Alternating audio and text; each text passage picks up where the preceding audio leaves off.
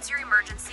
5, 4, 3, 2, 1. Welcome to the PIO Podcast, a place to discuss all public information-related topics for police, fire, EMS, and local and federal government organizations. It was a good learning experience for a lot of us that social media is not real life. But we have to remember the media are very rarely a target audience. They're simply that conduit. Our words have impacts on individuals, and it may not be positive. So just being thoughtful and mindful of the words that we speak.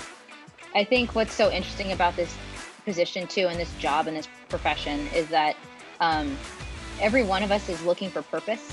And when we find it here, that's it. To know is that a crisis for one is not necessarily a crisis for another. This episode is sponsored by the Social Media Strategy Summit, the leading provider of social media education. They host annual events designed specifically for government communications professionals like you to help you build and engage your communities through social media. Visit their website at socialmediastrategysummit.com to learn more and use promo code PIO Podcast for 10% off of your registration.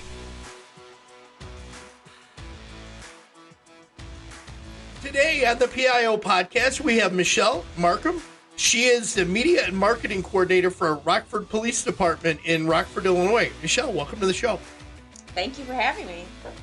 So, Michelle, you have been with Rockford PD for 3 years, and you made the transition from news media to the public sector as a media and marketing coordinator.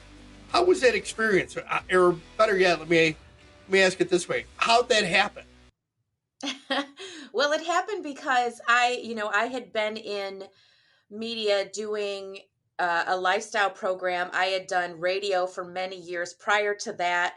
And I was looking for something more. I loved media. I loved getting to know the listeners and the viewers, but it sounds so cliche, but I just needed something more.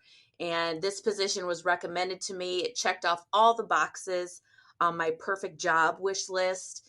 And like I said, it sounds cliche, but I love what I do. It's interesting. So there's in the lead-in and the podcast, one of the very early guests for the podcast talks about when you step into this field and when you know it's the right field, it just clicks. And she says that it's like you just know you're home. And that's kind of the way it is. Exactly. So I know where Rockford is. I grew up in Chicago. I was in Chicago as a cop in the metro area for 27 years, and I made my move. But why don't you tell everybody else where Rockford is and what the population is and what the size of the department is? Okay, so Rockford is located, we're in northern Illinois. We're about an hour and a half west of Chicago. So many people say, are you a suburb? We are not a suburb. So an hour and a half west. We have about 148,000 citizens. And our metro area is considered about 338,000 people. So quite big. I think we're really kind of tied for the third largest city between Aurora and Joliet and Naperville. And we kind of like walk that fine line together. And we're authorized for 302 sworn. And I think last time I checked, we're around 285, and we have 40 professional staff. Okay, so a really good-sized department. Very good sized, yep. And you guys also, you didn't mention this, but you're also like partially divided by the highway 3990 that goes north and south there. So you guys get a lot of highway traffic coming in and out of the city as well. Yes, we do. We do. Rockford tends to be kind of a hub a little bit from Beloit, Wisconsin through Rockford. Whether you're heading south towards, Champaign-Urbana, you're going that route. Whether you're going to the Quad Cities, it's just a hub for everywhere. Or you're heading west, even further west. I think I asked this question, but the reasons you took the position, obviously it was time for a change. You were looking for more. So let me ask you this: what surprised you when you first got into the position? Oh my gosh. So I don't know if it was a surprise, but maybe some of the challenges, we can talk about that. You know this after being in law enforcement for so many years. Law enforcement's really heavy with acronyms. Yes. So coming from that side of media, like I didn't know any of those. So from SWAT to SCOPE, which is our specialized community oriented police enforcement, to CCRT, which is our crisis co-response team. I mean, there's so many different acronyms to even explaining how to explain what a PIO is to anyone outside of public safety or law enforcement. I mean, acronyms were huge. I was like, I needed to find that person here that I could ask questions to and not feel like a complete moron. Right. And it's interesting that you bring up the acronyms, because I don't think a lot of people realize, and we always talk about when you write a report, try not to talk in cop speak, because that's going to have to eventually go to a prosecutor and the public's going to read it, blah, blah, blah. But from a PIO perspective, understanding it and then being able to translate that to the news media and to the population as a whole, that can be challenging sometimes because you're dealing with specialties.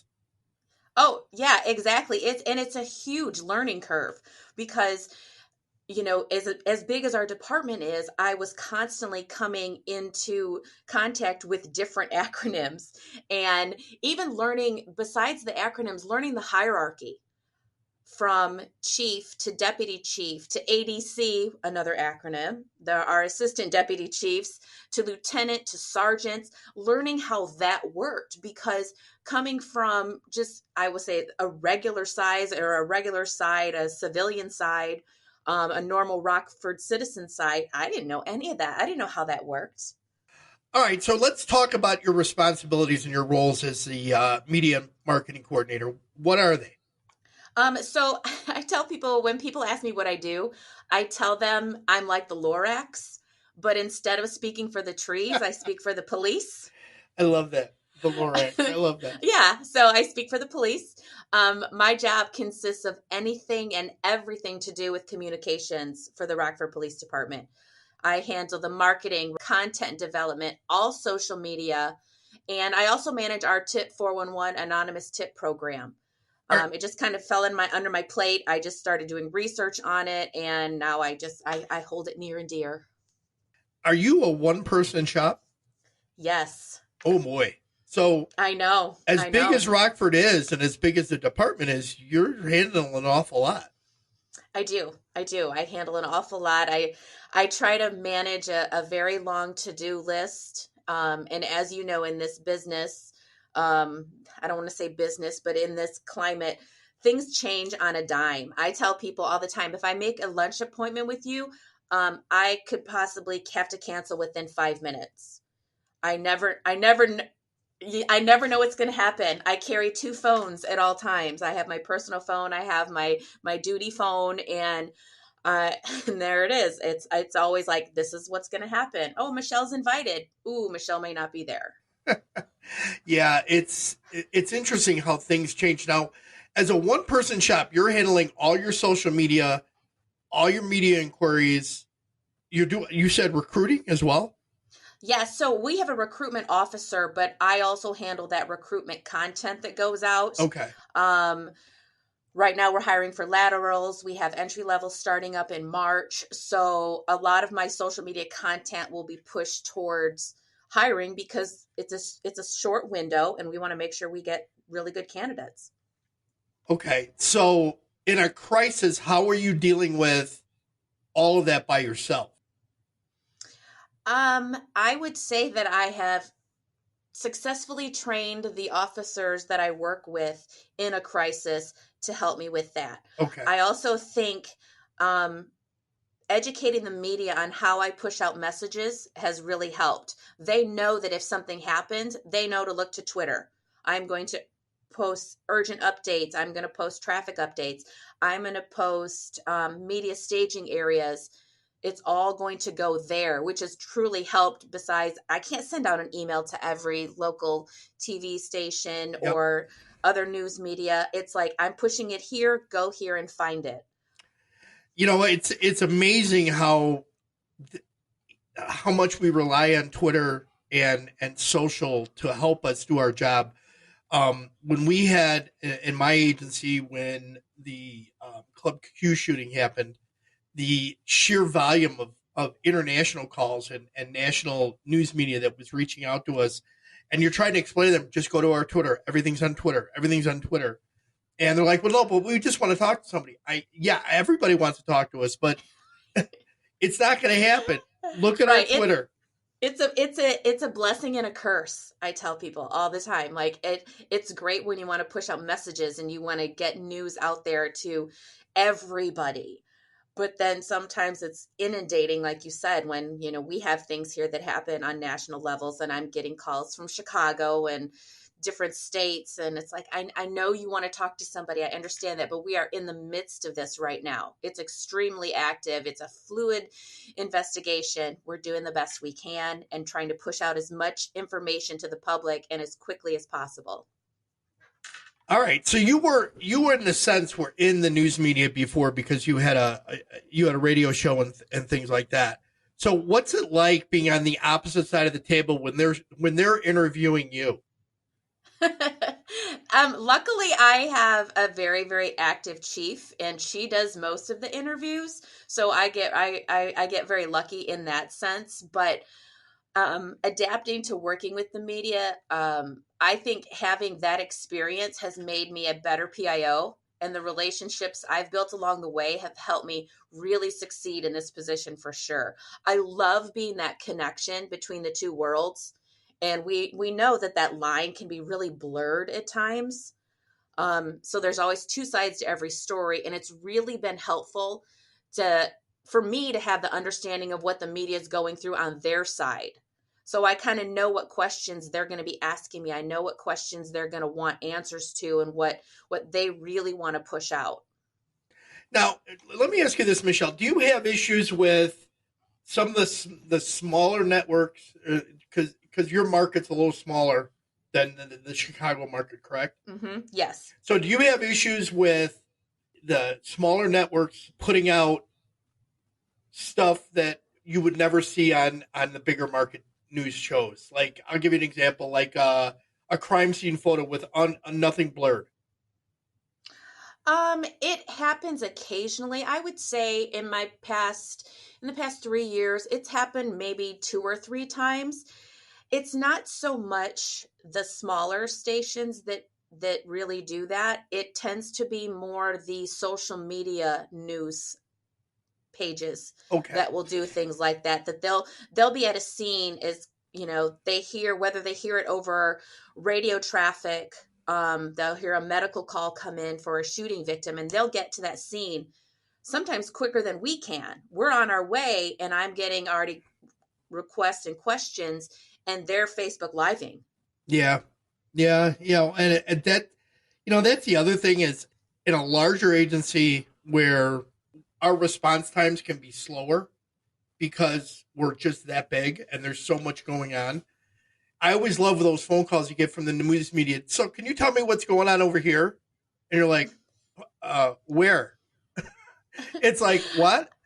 Because sometimes we don't hear those things right away, right? Well, yeah, because we're either on our way to the scene. Like I said, they're hearing a medical call because our radios are encrypted here, but they're hearing a medical call through the fire department that says, we have a shooting victim, or they'll say, something more along the lines of shooting victims, and they'll call and go, do you know what happened? Do you know their injuries? Or do you know, are they life-threatening? And I'm like, what? Hold on a second. Yeah, I get the ones with the scanner traffic. I'm like, well, we heard over the scanner that there was a kid arrested at school with a gun. And I'm like, I haven't even heard from the SRO supervisor yet. You're asking me about that? Yes. Yeah. That happens quite a bit. And that's, like I said, with the social media blessing and curse, that kind of goes along with the curse side of it. Now, are you responding on social media to like a general inquiry? I'm not talking about during a crisis, just in general, or do you just not even bother responding? If they send a Facebook message or Instagram message or Twitter, I will respond. If I have information, yes, I will respond. Sometimes they're asking questions that I've either already posted or is out on Twitter, or maybe one of the news stations has covered, I might just send them a link to that. How about the general public? I don't really get a lot of questions from the general public, social media wise. I would say our local media here is really good about informing them. Okay, great. Well, that's kind of nice because sometimes you either get trolls or you get the general public that will send a message, and it's kind of like I didn't even know how to answer that. Oh, I do get those, and we get the trolls and the haters, and if they're just asking a question just to try to bait me, in my head I am always saying, do not engage, because I know what they're trying to do. Yeah, they're just trying to suck you in. Have you ever dealt with the they call it the ultra right people, where they're the freedom of speech people? Have you ever had to run in with those? I have not. We've had some protesters here over the past, I would say maybe the first year of COVID, kind of, but nothing really like that. I mean, we allow pretty much everything on our Facebook page. We don't delete messages. We don't do anything, that's against their First Amendment rights. Mm-hmm. We let them speak. But sometimes they get a little over the top. And I mean, just everybody. There's certain things you're like, whoa, I can't put that out there. The public can see this, you know? Yeah. Like you're saying horrible things about this juvenile that was just arrested. Right. Exactly. It's just unnecessary. We push it out there so everybody has the information. Right. Exactly. All right. So you, as one of the things that you did, you had a meeting with the news station producers. Can you talk about that and explain the reasoning and then what they learned or you learned out of it? So one of our local TV stations, WREX, it's the NBC affiliate, had a very strained relationship with the department when I came on. It took I would say a bit of time to work through the damage that had been caused. When a new news director was hired, Greg, we met and realized that part of the issue I was still having with his staff, it's just they had never really been informed on how a relationship with a police department worked, especially one of our size. So I was invited to come speak with his staff, and it really has been advantageous for both of us. It really limits the number of texts and calls I'll get for kind of a basic thing. Okay, so every department, I think, has an issue with catalytic converters being stolen, for example. Yeah. So you get those calls. I would get texts from news reporters that would be, hey, can I talk to your chief about catalytic converter thefts? And as important as those are, the chief of police of the Rockford Police Department is not going to be available to do an interview for that. It's certainly not last minute. No. Oh, and last minute interviews are so hard. So even educating them on that, like our days are so planned between whether it's meetings and just even reminding them, okay, she has over, 300 employees. She can't stop what she's doing to do an interview for something like that. Right. As important as it is. Or if it's something they're maybe doing their huge story, all right, you got to give me a few days. We don't go into anything blindly. Preparation is key. God, I'm glad you brought that up. So news media, especially the younger news markets or the smaller news markets where they get the younger reporters, and the news directors are saying, I need 3 stories from you. Give me 3 stories, ideas for today. And, they call and they're like, oh yeah, I'm looking for this. Can I get a response today? Can I talk to the chief? Can I talk to somebody? We may not just be able to do that. And it's amazing how if you just have those conversations like you had, maybe it'll clear things up and give them a little bit, hey, plan for this next week or plan for this in 2 weeks. If you want a meeting with the chief, we got to schedule it out. I mean, chiefs are busy people. They really are. I mean, they don't just go to meetings in the police department. There are meetings across the city. And it's nonstop. Like each week has a different set of meetings or a different set of incidents or even internal things that they're taking care of. So it's hard to, squeeze in between that. But, obviously if there's a large incident or something, really big happens, then a lot of those things are shut down, and that's what our focus is going to. But again, it's not going to be each individual media is getting an interview on the same topic. We're probably going to do a news conference. Right. Or we're going to issue a statement because we really have work to do behind the scenes. And here's what we have to say about it. And that's really all that we can say about it. There's not more.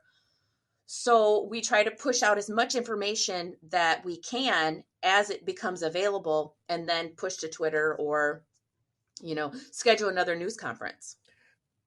Right. Michelle, let me ask you this. The incident that happened in Memphis, I mean, I pretty much think that every police department in the country looked at that as a case study of about how to handle addressing what occurred in Memphis. But how are you guys handling in regards to your incidents that occur, getting the information to the media or getting the information out to the public to address a critical incident involving staff? We luckily haven't had an incident like that in quite some time. We have had a few officer involved shootings. And we respond quickly on Twitter. They know, local media knows to go there.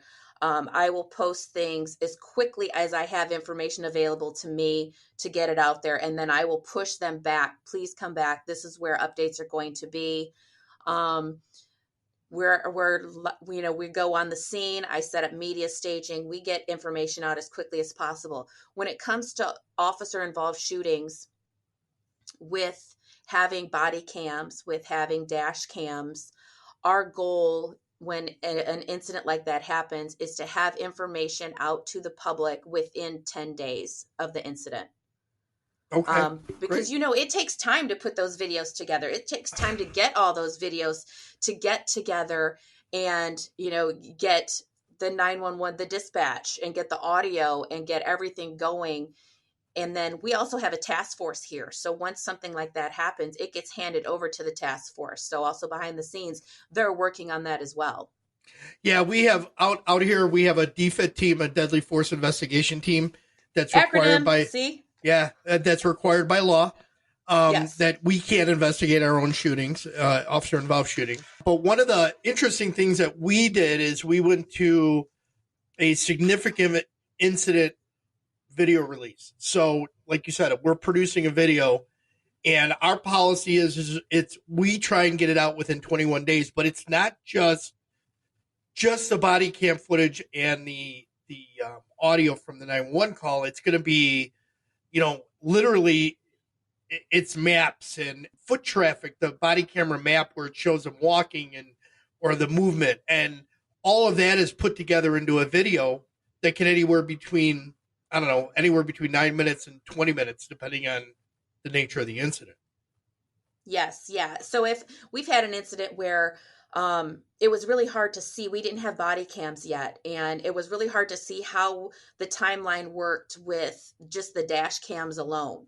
Yeah. So I put, here's the neighborhood, and here's this house, and as, the suspect ran through, an arrow going to that. So as much as I would love to say I have 21 days to put something like that together, we really try to get it out within 10 days as quickly as I can. It shuts down everything else I'm pretty much doing, but those video releases have really become, it's kind of the future. It's what's going to happen. It is. It absolutely is. And as a matter of fact, we're lucky. I have a girl that does all our social media and all of our video. We're lucky to have her. I could use another person. And there's 4 people in our office that deal with the media, but there's no way we just had an officer involved shooting. We just put out a video yesterday. So. Well, and that's another thing too, is helping people understand that every piece or every second has to be accurate information. Yep. It has to have eyes looking over it. You have to have the correct birth date. You have to have the correct everything. And for here, and I'm not sure how the laws are there, juvenile laws are very strict. Oh, yeah. Yep. So we have to make sure, okay, if this is what's happening and it was a juvenile, what can we say and what can't we say? Right. All the redactions that go into place and all of that all comes into play when it's a juvenile. And even when we're releasing the body camera footage, it's redacted because we have to protect the witnesses and we have to protect the addresses. And it's a lot of work. And like you said, it has to go through a lot of people's hands, the finished product, to make sure it's right, to make sure spelling's right, accuracy's right. And when you have that many hands, 21 days it's a reach sometimes to get it out because it has to go through that many hands. Because it even goes through our district attorney. Same with us is here as well, our state's attorney. And people have no idea how long it takes to edit and produce video. Oh, they're like, oh, can't you just put it out? No. It's like, yeah, it's like making a TikTok video. It's right, fine. Yeah. It's really quick. You just move this here and there. Yeah, I wish it was that easy, right? Oh, so what insights did you learn after the way our Rockford PD used to deal with the media, and after having that meeting, what did you learn in between that you needed to really get better with? Well, I found that they really weren't aware of how big the Rockford Police Department is. And they weren't aware how we handle media requests at scenes or even how we push our messages out. They don't know if you don't tell them. They were going off of, and like you said, some of them are younger reporters. This is their first, medium-sized market before they potentially go somewhere else. So it's educating them on working even just with a public safety, this public safety side of it, and working with a PIO. They really didn't know that aspect, and they felt like maybe if they were at a scene and one of the officers said, no, I can't really say anything, please, go to Twitter. Some of them were like, oh, can't you just tell us something?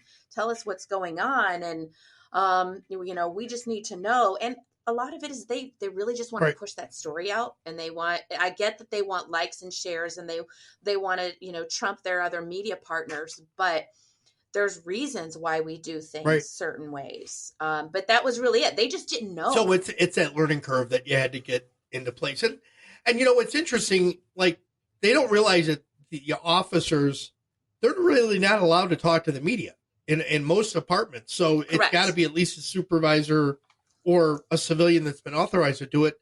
They don't realize that. They just think, oh, you could tell us what's going on. Just tell us. No, and I also, when I meet with them, I explain like our general order. We have general orders for our media relations, and how, that patrol officer can't speak to you. He's not authorized, or she's not authorized to speak with you at a scene. And sometimes if we're at a scene, it's still active. There's been times that I've gotten to a scene and had to tell a reporter, no, please back up. Or call a news director and say, hey, I'm not sure who this is. I just, I see the news vehicle, but they need to stay out a little bit. We're putting up caution tape right now, but look at what just happened in, what was it, Florida, where the two journalists got shot, one got killed? It was gutting to me to see that. I was like, oh my gosh, I didn't even know what to say. That's shocking. I mean, to think of that. And then my daughter's in journalism, and she works up in Madison. I worry about that all the time. And especially because the news guy, the news reporter, and the photog were sitting in the vehicle going over the earlier murder that morning. So I was like, I could. That's worst case scenario for a PIO and a law enforcement agency and the media. I mean, just unbelievable. All right, Michelle, what's one question you wished I'd asked that you would have answered? I think one of the things, and I get asked this a lot, is how have I managed to stay sane throughout all the chaos in my everyday work, day/night? Yes, I get woken up in the middle of the night a lot. I go to bed and I'm woken up 15 minutes later, but I try to always have a positive attitude. I try to concern myself with what I can control. I tell my kids that all the time, like, if you can't control it, just stop worrying about it.